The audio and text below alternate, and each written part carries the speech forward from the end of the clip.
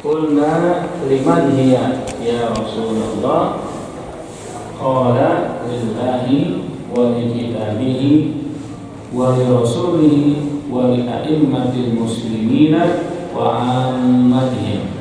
Akhrajahu Muslim. Wa Tamim ad-Dari, dan hadis diriwayatkan dari Tamim ad-Dari.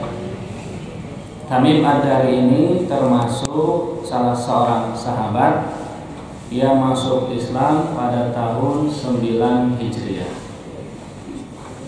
Di mana sebelumnya Tamim ad-Dari ini adalah seorang pendeta Nasrani di Palestina dan wafat tahun 40 Hijriah. Jadi masuk Islam tahun 9 Hijriah, wafat tahun 40 Hijriah, dan sebelumnya adalah seorang pendeta Nasrani. Dan sebelum masuk Islam, Tamim ad-Dari ini memang mempelajari banyak mengenai Yahudi, mengenai Nasrani, termasuk kitab-kitabnya. Di mana kita dengar akhirnya muncul ada tentang Israiliyat, di mana kisah yang berasal dari Bani Israel dan seterusnya. Itu semua muncul dari awal Tamim ad-Dari ini, karena dia tahu kitab dari Yahudi, tahu Tauratnya, Injil juga tahu, sudah mempelajarinya. Kemudian ketika masuk Islam maka lebih paham lagi. Jadi tahu semuanya, mana yang sesuai dan juga mana yang tidak sesuai. Nah, Tamim ad-Dari ini ada satu hadis yang panjang, dan ini kisahnya masyhur, sudah banyak sering kita dengar. Di mana Tamim ad-Dari ini, kita kalau mendengar kisah tentang ciri-ciri Dajjal, hadisnya ini dari Tamim ad-Dari. Nah, kenapa Tamim ad-Dari ini dikaitkan dengan hadis mengenai munculnya Dajjal? Nah, jadi pada satu saat Tamim ad-Dari ini bersama 30 orang naik perahu pergi, sampai entah kenapa ada gelombang air laut yang cukup besar sehingga terombang-ambing, sampailah akhirnya berlabuh di satu pulau. Nah, di pulau tadi akhirnya turun, ya karena tadi gelombangnya cukup besar, akhirnya turun. Tamim ad-Dari ini belum dalam keadaan masuk Islam, ya. Dengan 30 turun. Nah, ketika turun itu bertemu dengan seekor binatang, yang ternyata binatang ini kalau dilihat depan belakangnya nggak bisa kita tahu karena saking banyak lebat bulu-bulunya. Dan ini hewan apa? Ini aneh. Dan anehnya lagi, hewan ini bisa ngomong. Aduh, celaka ini. Siapa ini? Siapa engkau? Hewan ditanya. Dan hewan itu menjawab, saya adalah Jassasa. Jadi ada hewan yang bernama Jassasa. Terkenal ini hadis ini, dan kalau bisa dicari informasinya banyak. Hewan nama Jassasa di pulau. Nah, pulau ini ada yang mengatakan dekat dengan luar Yaman, ada yang dikatakan dengan dekat Syam. Nah, tiba-tiba hewan yang penuh bulu ini, yang tidak tahu mana depan mana belakang, ngomong, di sana di ujung kampung di satu tempat sudah ada orang yang menunggu kalian. Akhirnya Tamim ad-Dari dan para sahabatnya takut, jangan-jangan ini setan Jassasa ini. Udah, akhirnya buru-buru cari ke tempat itu. Sampai ketemu dengan ke tempat tadi, Dan di situ dia melihat ada seorang laki-laki besar, tangannya diikat oleh besi dan kakinya diikat oleh besi. Itulah yang ternyata nanti itu adalah Dajjal. Jadi ada yang pernah ketemu sahabat Rasul Shallallahu Alaihi Wasallam yang bernama Tamim Ad-Dari, tapi dia belum tahu itu siapa dan belum masuk Islam. Kemudian ditanya dan terjadi dialog, dan ciri-cirinya persis seperti yang Rasul ceritakan. Maka nanti Tamim Ad-Dari ini cerita kepada Rasul Shallallahu Alaihi Wasallam, dan betul itu yang disebut dengan Dajjal. Nah, hanya lokasi pulaunya itu di mana? Mungkin dulu mungkin nggak ada GPS, kayak Google Map gitu. Kalau ada Google Map mungkin tahu itu lokasinya. Sekarang kalau ambil entah di mana, kemudian di pulau, nah di pulau itu melihat dan bertemu. Pertama dengan hewan, kemudian diarahkan oleh hewan pergi ke ujung sana, sudah ada orang yang sudah merindukan kalian. Nah, pas dilihat orang yang sedang diikat tadi oleh besi, kemudian ditanyalah gitu, siapa kalian? Jadi disebutkan nama saya ini sahabat ini. Nah, kemudian Dajjal yang akhirnya itu tahu adalah Dajjal bertanya kepada Tamim Ad-Dari dan juga para sahabatnya. Pertanyaannya itu adalah ini yang merupakan ciri-ciri nanti akan munculnya. Di antara pertanyaannya, apa kalian tahu gimana keadaan ada kurma baisan? Maksudnya apa? Yang kamu tanya apa tentang kurma baisan? Masih berbuah nggak kurmanya? Begitu pertanyaannya. Oh, dijawab oleh Tamim Ad-Dari, masih ada berbuah, begitu. Ini kurma baisan ini ada di daerah Palestina. Jadi masih ada nggak? Ada. Nah, kalau dilihat sekarang kurma itu sudah nggak berbuah lagi. Itu nggak berbuah lagi memang karena ada peperangan, kemudian dihancurkan, udah aja nggak tumbuh lagi. Mungkin itu sebabnya tidak muncul buahnya lagi. Nah, kemudian dijawab oleh Dajjal tadi, hampir-hampir buah itu kurma itu tidak akan berbuah lagi. Artinya kalau sudah tidak berbuah lagi, nanti Dajjal pun akan keluar.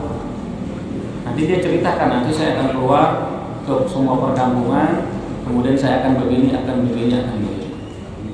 Tanya lagi oleh Dajjal tadi, terus gimana tentang sungai atau danau Tobari yang kita sebut sekarang danau Tiberias? Terus pas dijawab, oh ya masih ada airnya, kemudian masih mengairi petani-petani sekitar.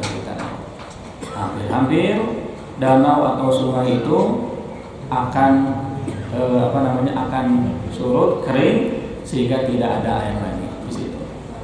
Ditanya itu, jadi ini kalau ada lihat mungkin ciri-ciri tanda-tanda itu dari hadis itu. Hadis tentang bertemu Tamim Ad-Dari ini dengan Jassasah dan juga dengan Dajjal. Ya, tapi mungkin karena baru lihat, belum tahu siapa, ngobrol lah begitu. Ya, kalau kita ketemu, sieun coba gini. Tapi ini memang baru melihat, ini sosok yang aneh, mirip manusia, tapi juga bukan manusia kayak biasa. Ditanya lagi, Dajjal nanya lagi. Tadi sungai Tobari sudah. Terus gimana dengan keadaan sebuah mata air yang diceritakan mata air tadi dekat juga dengan danau Tiberias Tobari tadi? Ya, mata air tersebut masih ada, gitu. Masih ada, bisa keluar airnya dan masih dimanfaatkan oleh orang-orang sekitar. Hampir-hampir mata air tersebut, kata Dajjal, itu juga akan hilang, kering dan tidak mengeluarkan airnya lagi. Dan sekarang kalian sudah tahu dan menjelaskan. Apakah kalian tahu siapa saya? Saya adalah Al-Masih Ad-Dajjal. Dia ngaku, saya adalah Dajjal. Saya akan keluar. Saya ini masih diikat. Hampir-hampir saya itu akan keluar waktu itu. tapi Allah masih menahan, dan saya akan keluar ke seluruh dunia ini kecuali 2 tempat, Makkah dan Thayyibah. Thayyibah itu adalah Madinah, karena setiap aku masuk ke tempat Makkah dan Madinah, di situ ada malaikat yang menjaga, dan saya tidak bisa masuk ke tempat tadi. Dan akan tinggal di satu kampung 40 malam. Luka kabatu tapak dong hak. Ya, kalau dijelaskan, dia akan masuk ke satu tempat yang semua dia akan datangi, semua dia akan tempati, dia akan tinggal 40 malam dan seterusnya. Begitu yang dikatakan oleh Dajjal. Hanya ada 2 tempat tadi, Makkah dan Madinah. Nah, akhirnya setelah selesailah ketemu dengan hewan binatang jasasa, ketemu dengan Dajjal, dan setelah itu keluar kembali, barulah Tamim Ad-Dari ini mendatangi Rasulullah Shallallahu Alaihi Wasallam dan menceritakan tentang apa yang sudah dia alami dan juga sahabat-sahabatnya alami, dan di situ akhirnya memeluk agama Islam. Cerita dan yang diceritakan oleh Tamim Ad-Dari ini sesuailah dengan apa yang sudah Rasul gambarkan, karena Rasul sudah tahu sebetulnya gimana ciri-ciri Dajjal, bagaimana bentuknya, bagaimana ciri-ciri dan seterusnya. Tapi ketika Tamim Ad-Dari ini ketemu dan menceritakan, ya itulah ternyata Dajjal. Jadi ada di satu pulau. Nah, pulau ini memang masih ada perbedaan. Ada yang mengatakan dekat Yaman, ada yang mengatakan dekat Syam. Pulau ini agak jauh, gitu. Tapi kalau dikatakan, katanya ada pulau. Pernah ada dokumentari dan film bahwa ada satu pulau di luar Yaman, ada penduduknya. Cuma diceritakan ini nanti tempat munculnya Dajjal. Nah, di mana lokasinya? Wallahu a'lam. Tapi di pulau itulah tempatnya.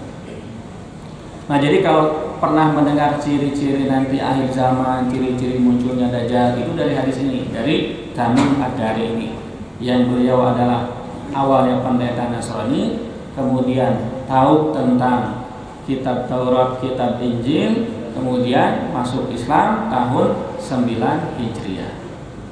Nah, beliaulah yang meriwayatkan hadis tentang di sini nanti ad-dinun nasihat dan tentang ciri-ciri bagaimana Dajjal bentuknya dan juga kapan akan keluarnya. Nah, hanya sekarang danau Tobari yang Tiberias tadi, ya dengar-dengar ada airnya sekarang, sehingga ada yang mengatakan, oh jigana kiamat diundur. Gitu.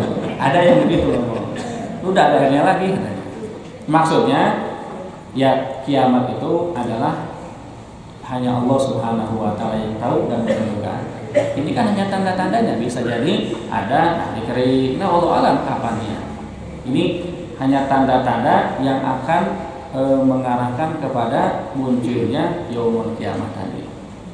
Nah, setelah itu datanglah kepada Rasul sallallahu alaihi wasallam dan banyak meriwayatkan hadis, di antaranya ada 40 hadis yang diriwayatkan oleh Tamim Ad-Dari ini.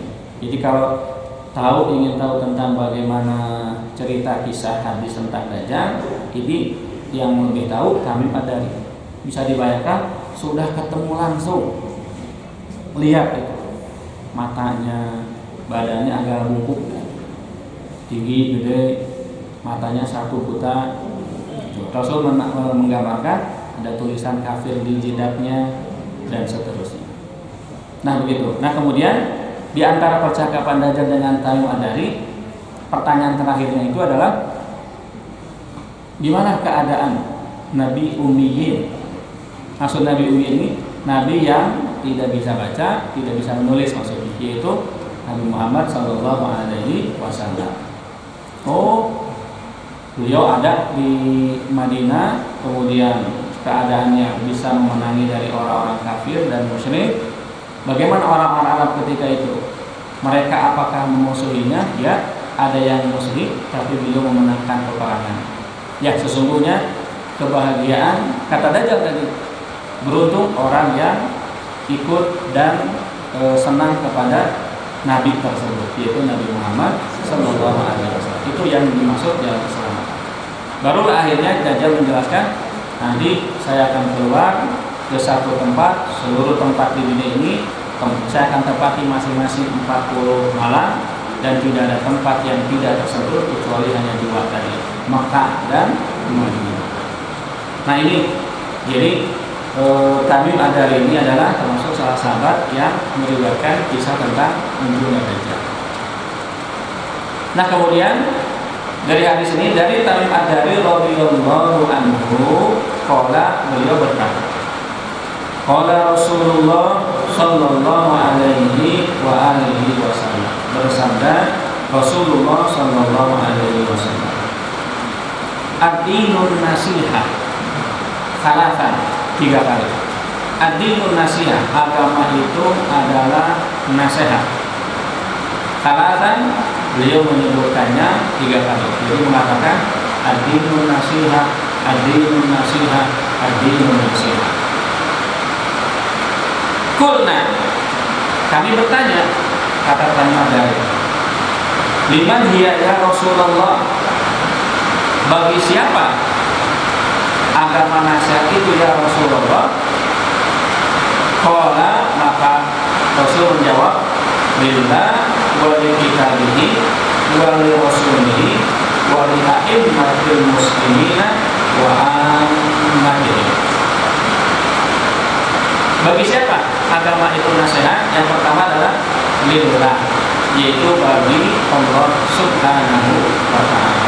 Nah, yang dimaksud nasihat, agama itu nasihat adalah kepada Allah Subhanahu wa ta'ala, yaitu mengimani, meyakini, mentauhidkan Allah Subhanahu wa ta'ala. Jadi maksud nasihat ini adalah nasihat kepada Allah, kita mengimani, kita meyakini, kita mentauhidkan hanya kepada Allah Subhanahu wa ta'ala. Tidak ada satu urusan pun yang tidak lepas dari genggaman, dari ketuhanan Allah Subhanahu wa ta'ala. Allah yang menentukan. Dan semuanya apa yang sudah Allah tentukan tadi kembali lagi kepada diri hambanya masing-masing. Allah Ta'ala menjelaskan dalam Quran surat Al-Isra, yaitu jika kamu berbuat baik, berarti kamu berbuat baik bagi dirimu sendiri. Artinya kalau kita iman kepada Allah, kita yang kena pahalanya. Kalau kita meyakini, mentauhidkan Allah Subhanahu wa ta'ala, kita akan menerima tauhid itu tersebut. Itu yang pertama, ad-dinun nasihat, agama itu adalah nasihat yang pertama kepada Allah Subhanahu wa ta'ala. Maksudnya meyakini, mengimani, mentauhidkan Allah Subhanahu wa ta'ala. Yang kedua, wali kitabihi, dan juga agama itu nasihat kepada kitab-kitab Allah.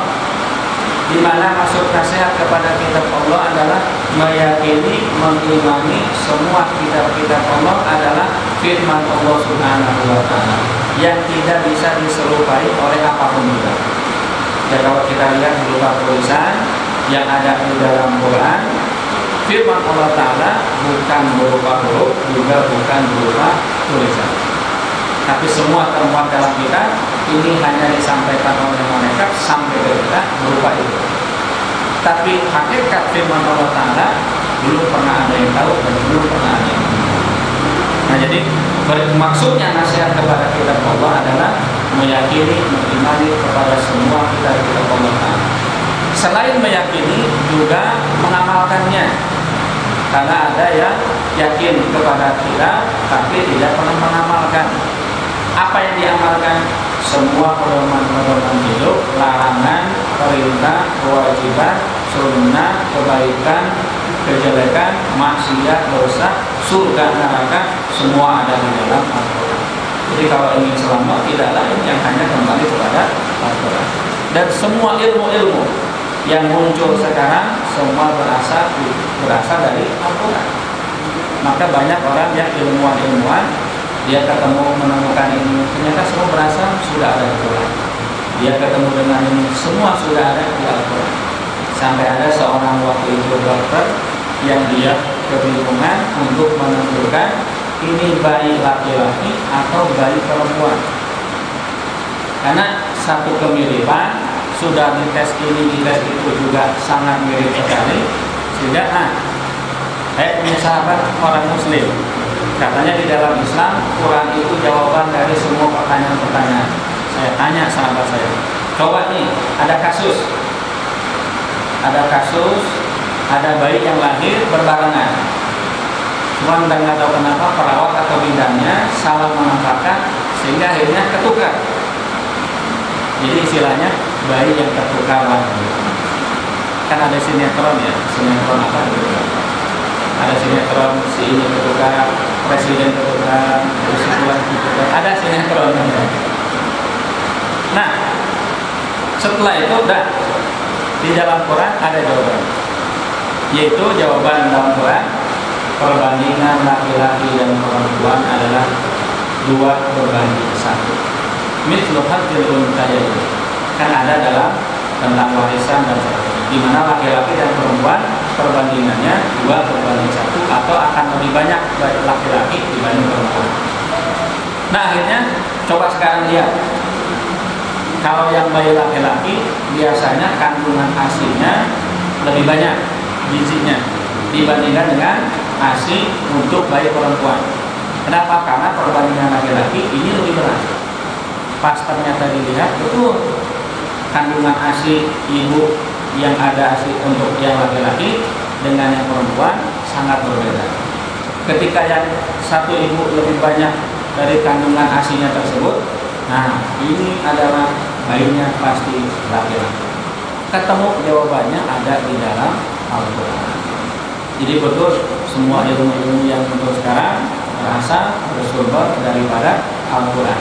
Hanya kita mampu atau tidak mampu untuk mengeluarkan dan berpikir itu saja. Karena bisa jadi hanya Quran dibaca, tidak tahu maknanya, tidak bisa mentafsirkannya, padahal di situ banyak ilmu-ilmu. Sampai tafsir dalam Quran saja sampai puluhan, mungkin bisa ratusan. Ulama ini tafsirnya begini, ulama ini tafsirnya begini. Nanti muncul lagi ada ilmu muncul, semua ada dalam Quran dan sebagainya. Subhanallah, semua berasal dari Al-Quran. Surat Al-Fatihah. Surat Al-Fatihah ini disebutnya bisa umul kitab atau Fatihatul Kitab. Kaitannya adalah di dalam surat Al-Fatihah kan itu berupa huruf hijaiyah. Huruf hijaiyah ada 28. Di surat Al-Fatihah jumlah huruf hijaiyah ada 22. Jadi huruf hijaiyah ada 28. Tapi di surat Al-Fatihah tidak semua ada huruf hijaiyah. Dihitung ada 22 huruf hijaiyah di dalam surat Al-Fatihah. Hikmahnya adalah 22 ini bermaksudnya Quran turun selama 22 tahun.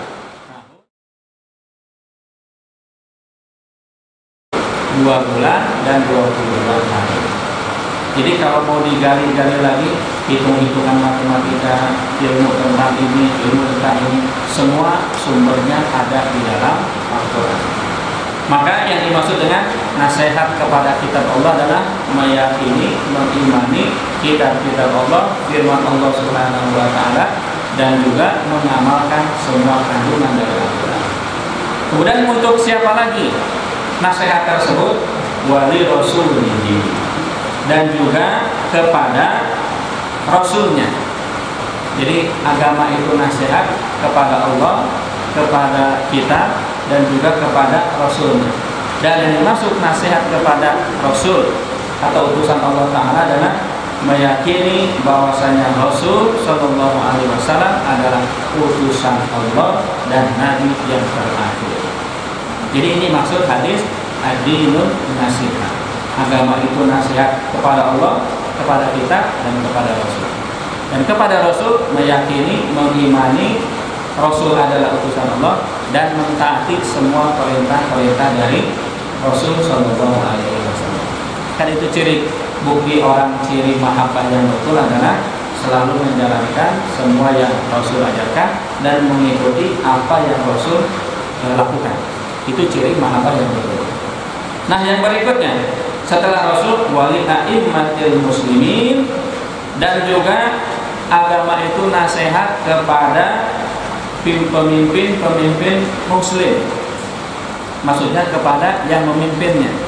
Artinya kita mengikat perjanjian dengan pemimpin, kita juga taat kepada pemimpin selama taatnya tersebut, perintahnya tersebut tidak berlawanan dengan syariat Islam, ajaran Allah Subhanahu wa taala. Tapi kalau berlawanan jangan diikuti. Misal kalau ada aturan, ya di Bogor kalau nanti ada pesta, ada acara, dibolehkan minum minuman keras semua masyarakat Bogor. Kalau perintahnya berlawanan, maka ditolak.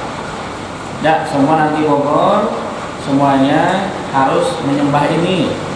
Datang ke Sukabumi misalnya, ke Laut Selatan dan seterusnya. Hal-hal yang musyrik tersebut bertentangan dengan ajaran Allah, jangan diikuti. Malah harus dikritik yang betul. Nah, tapi selama itu sesuai, betul, benar, maka ikut dan taat kepada a'immah, pemimpin tersebut. Nah, yang berikutnya wa ammatihim, dan juga kepada ammatihim, kepada seluruh orang-orang muslim. Maksudnya kepada seluruh orang muslim adalah menjalankan semua hak-hak, memberikan hak-hak muslim tersebut. Gak peduli dia siapa, tidak peduli dia siapapun juga, selama dia punya haknya harus kita tegakkan. Minimal hak-hak muslim itu adalah ketika ada yang salah dijawab. Assalamualaikum, waalaikumsalam. Ketika misalnya ada yang bersih, dia mengucapkan alhamdulillah, ya alhamdulillah. Itu kan hak muslim juga. Kemudian ketika ada yang sakit, kalau memungkinkan dijenguk, jenguk. Tidak memungkinkan dijenguk, jangan dijenguk. Dan seterusnya. Atau misalnya dia ada tetangga, hak sebagai tetangga, berikan hak dia sebagai tetangga. Atau yang paling kecil dan yang paling ringan, paling mudah adalah tebarkan senyuman kepada sesama muslim. Itu Masya Allah, di dalam Islam diajarkannya betul-betul ramah, baik, lembut, tidak boleh begini, tidak boleh begitu, dan sebagainya. Bahkan kepada orang yang jahat saja Rasul mengajarkan ahsin ila man asa'a ilaika. Berbuat baiklah kepada orang yang berbuat jahat kepada kita. Apalagi orang tersebut sudah berbuat baik, maka harus lebih baik lagi. Nah, ini yang dimaksud dengan ad-dinun nasihat. Rasul menyebutkan 3 kali. Agama itu nasihat kepada Allah, kepada Rasul, kepada kita, kepada pemimpin-pemimpin, dan juga kepada seluruh orang-orang Islam. Maksudnya yang dikaitkan kepada yang disebutkan tadi, meyakini, mengimani, menegakkan hak-haknya. Akhrajah Muslim, hadis ini diriwayatkan oleh Imam Muslim. Ini hadis riwayat Muslim nomor 55 yang berasal dari Tamim Ad-Dari. Tamim Ad-Dari meriwayatkan 40 hadis, diantaranya tentang hewan binatang jassasa dan juga tentang munculnya Dajjal. Mungkin kalau ada kiai ulama ustaz cerita tentang Dajjal, Ya'juj, Ma'juj, ini banyak cerita dari sini Tamim Ad-Dari. Karena ya memang sudah ketemu, melihat dan ngobrol langsung dengan Dajjal yang ada di sebuah pulau. Maka Allah keluarnya kapan dan di mana hanya Allah yang tahu. Hanya memang tanda-tandanya yang Dajjal tanya satu persatu memang muncul benar itu. Ada sungai kering, kemudian ada apa lagi tadi? Ada mata air, udah ada pohon kurma. Tapi hakikat kiamat Allah yang menentukan dan Allah yang tahu. Ini kan hanya tanda-tanda. Bisa kiamat masih lama, bisa sebentar lagi, bisa besok, bisa sekarang, kan Allah ada. Kan katanya hari Jumat gitu. Sekarang hari Jumat gitu. Pada asar. Nah, siap-siap kalau pada asar. Nah, itu kan hanya ulama mengambil dari dasarnya ilmu. Oh, begini. Seperti kalau Ramadan nanti Lailatul Qadar turunnya malam 21, malam 23, kan beda-beda itu ulama juga. 23, malam 25, yang penting malam ganjil. Nah, perbedaan tersebut dan menentukan turunnya Lailatul Qadar tadi berdasarkan bersumber dari ilmu dan hikmah yang masing-masing alami dan berbeda. Nah, kalau kita nggak bisa ngeramal-ramal gitu, dan nggak boleh ngeramal-ramal. Nah, kalau bagi mereka memang melihat langsung, Allah bukakan penglihatannya sehingga melihat langsung memang ada jin dilihat, bahkan setan melihat, bahkan bisa kontak, bisa nanya, bisa ngobrol. Bahkan hal malaikat yang tidak terlihat bagi mereka terlihat, yang gaib-gaib bagi mereka terlihat semuanya. kalau sudah dibukakan penglihatan. Tapi kita masih banyak dosanya, masih banyak belum beres ibadahnya, belum sempurna. Jadi Allah juga masih sayang dengan kita, ditutup penglihatannya. Mungkin kalau Allah buka penglihatan kita, pinuh juga nanti. Nah kalau sekarang lagi ngaji, tapi udah di luar gerbang, ini setan nungguan aja. Setan dia udah nunggu itu kan. Lagi ngaji, lagi ngaji mah. Beres ngaji, setan datang lagi. Nah kalau Allah perlihatkan, orang-orang saleh melihat itu semua. Para wali Allah yang Allah sudah bukakan muka syafa melihat itu semua. Nah bagi kita makom itu tidak ada. Allah yang memilih nanti. Ini bisa melihat, itu bisa melihat. Allah berikan semua. Nah kalau tugas kita hanya ibadah, cari ilmu, cari ridha Allah, beramal yang baik, beramal soleh, mudah-mudahan husnul khatimah. Amin ya rabbal alamin. Nah kemudian wa'an Abi Hurairah radhiyallahu anhu. Hadis berikutnya tentang nanti apa yang kebanyakan memasukkan orang ke dalam surga Allah dan banyak memasukkan ke dalam neraka. Nanti dibahas insyaallah di bab yang akan datang. Wallahu a'lam. Al-Fatihah. A'udzu billahi minasyaitonir rajim.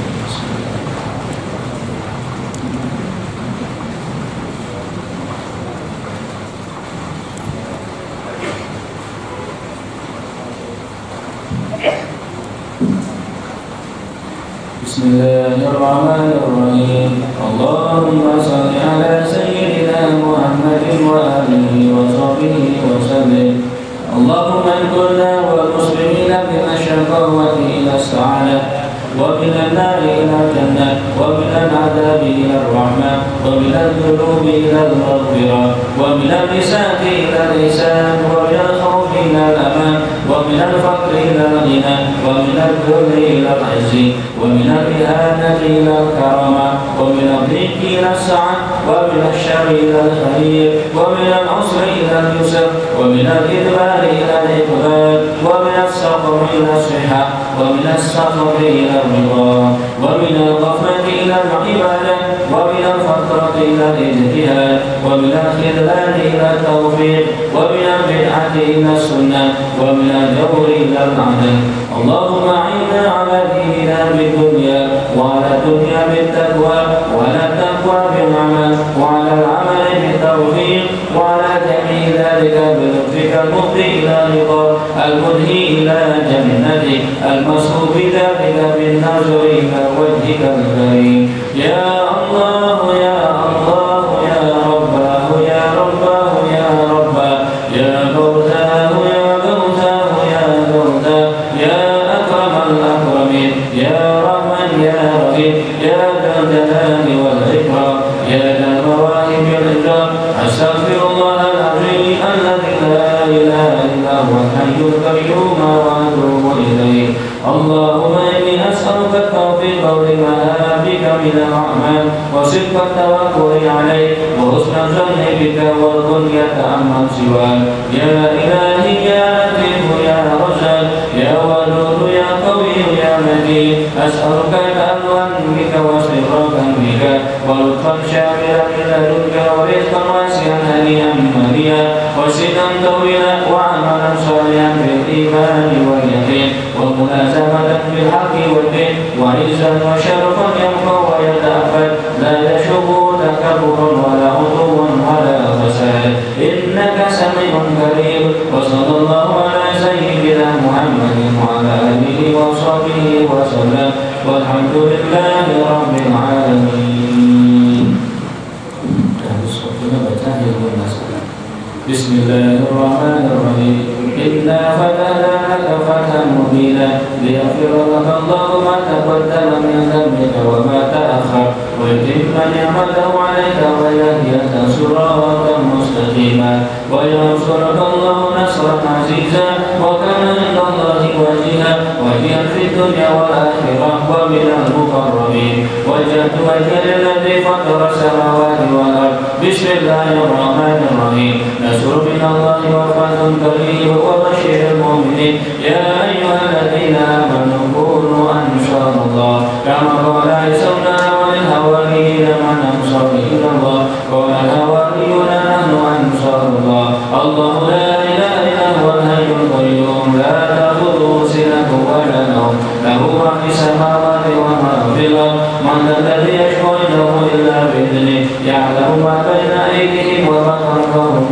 يحيطون بشيء من علمه إلا بما شاء وسع كرسيه السماوات والأرض ولا يؤوده حفظهما وهو العلي العظيم بسم الله الرحمن الرحيم لو أنزلنا هذا القرآن على جبل لرأيته خاشعا متصدعا من خشية الله وتلك الأمثال نضربها للناس لعلهم يتفكرون والله الذي لا إله إلا هو عالم الغيب والشهادة هو الرحمن الرحيم والله الذي لا إله إلا هو الملك القدوس السلام المؤمن المهيمن الجبار المتكبر سبحان الله عما يشركون والله الخالق البارئ المصور له الأسماء الحسنى يسبح له ما في السماوات والأرض وهو العزيز الحكيم ويد نفسه بالله تعالى من كل ما يسمع بأذنيه ويبصر بعينيه ويمشي برجليه ويبطش بيديه ويتكلم بشفتيه نصرت نفسي بالله خالق الأكبر من شر ما خاف وحده من الجن والإنس ويهدرني الرجال وجل ثناؤه وتقدست أسماؤه ولا إله غيره اللهم إني أسألك في نور أعلائي وأعوذ بك من شرورهم وكهل مكرهم ومكائدهم أدفنا ربنا ردني على وتنبيل الجن والإنس يا حافظ يا حفيظ يا كافي يا مهين سبحانك يا ربي ما أعظم شأنك ورسولك وأرفع مكانك أقسمت بالله وبأسماء الله وبآيات الله وملائكة الله وأنبياء الله وبرسول الله وصالحين من عباد الله أشهد نفسي لا إله إلا الله محمد رسول الله صلى الله عليه وسلم اللهم ارزقني بينك التي لا تنام واغفر لي بك التي لا يرام وارحمني بقدرتك علي وأهلك وتهلك بما رجائي لأنك أنت المستغيثين يا ذا الهالك يكفيني شر كل طريق يدرك بليل أو نهار إلا طريقا يترك بخير إنك على كل شيء قدير بسم الله آتي نفسي من كل ما يؤذي ومن كل آنس الله شفاء بسم الله الرقيق اللهم رب الناس أذهب البأس اشفي أنت شافي وافي أنت معافي لا شفاء إلا شفاءك شفاء لا يغادر سقما ولا ألما يا كافي يا وافي يا حميد يا مجيد ارفع عني كل تعب شديد وقني من الهم والهليل والمرض الشديد والجيش العليم واجعل نورا من نورك وعزا من عزك ونصرا من نصرك وبهاء من بهائك وعطاء من عطائك وهراسة من هراستك ودئيدا من دئيدك يا ذا الجلال والإكرام والموائد الإجاب أسألك بك ولا أسألك بهذا غيرك أن تقبل شر كل شر إنك أنت الله الخالق الأكبر وصلى الله على سيدنا محمد وآله وصحبه وسلم تسليما طيبا مباركا فيه والحمد لله رب العالمين ظاهرا وباطنا وعلى كل حال يا أرحم الراحمين والحمد لله رب العالمين. Assalamualaikum warahmatullahi wabarakatuh.